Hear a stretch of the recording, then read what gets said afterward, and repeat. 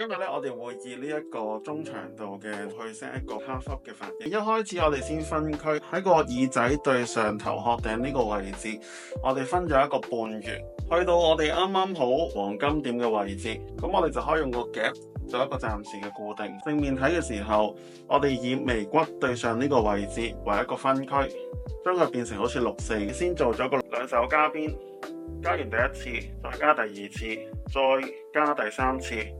我哋唔好固定啦，我哋再將呢個兩側嘅頭髮一次過分開，又係以兩手邊嘅狀態一齊加。呢個方法嘅話就可以一次過做到兩條嘅兩手邊。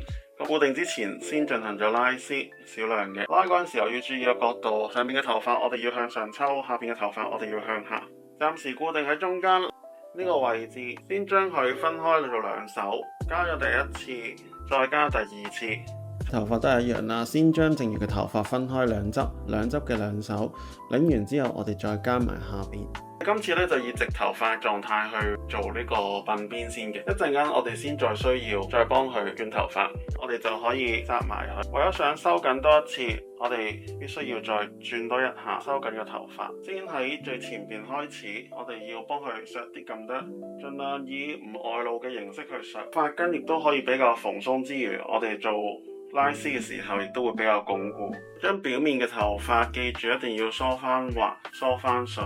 第一執我哋向左方向拉，一路拉嗰陣時候我哋要梳整頭髮。第二執向側邊，第三執我哋呢個位置就要向下。頂中間凹咗個地方，我哋向上拉，調整翻嗰個弧度。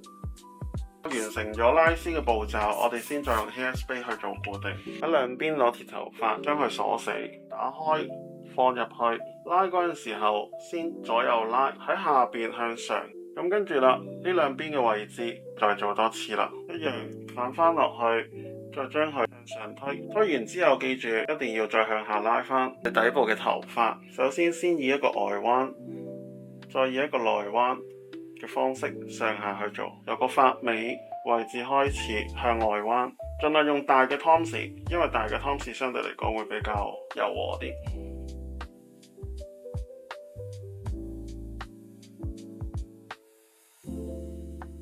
個根部輕輕加熱咗俾佢，沿住個面型，我哋再幫佢輕輕加熱，咁就可以收翻個面型啦。近眉骨嘅位置向後，將呢個前陰嘅位置輕輕削一削啦，再掃翻乾淨，做一個暫時嘅固定。呢個長度嘅頭髮盡量以小攣為主，做出嚟嘅效果就會靚啲啦。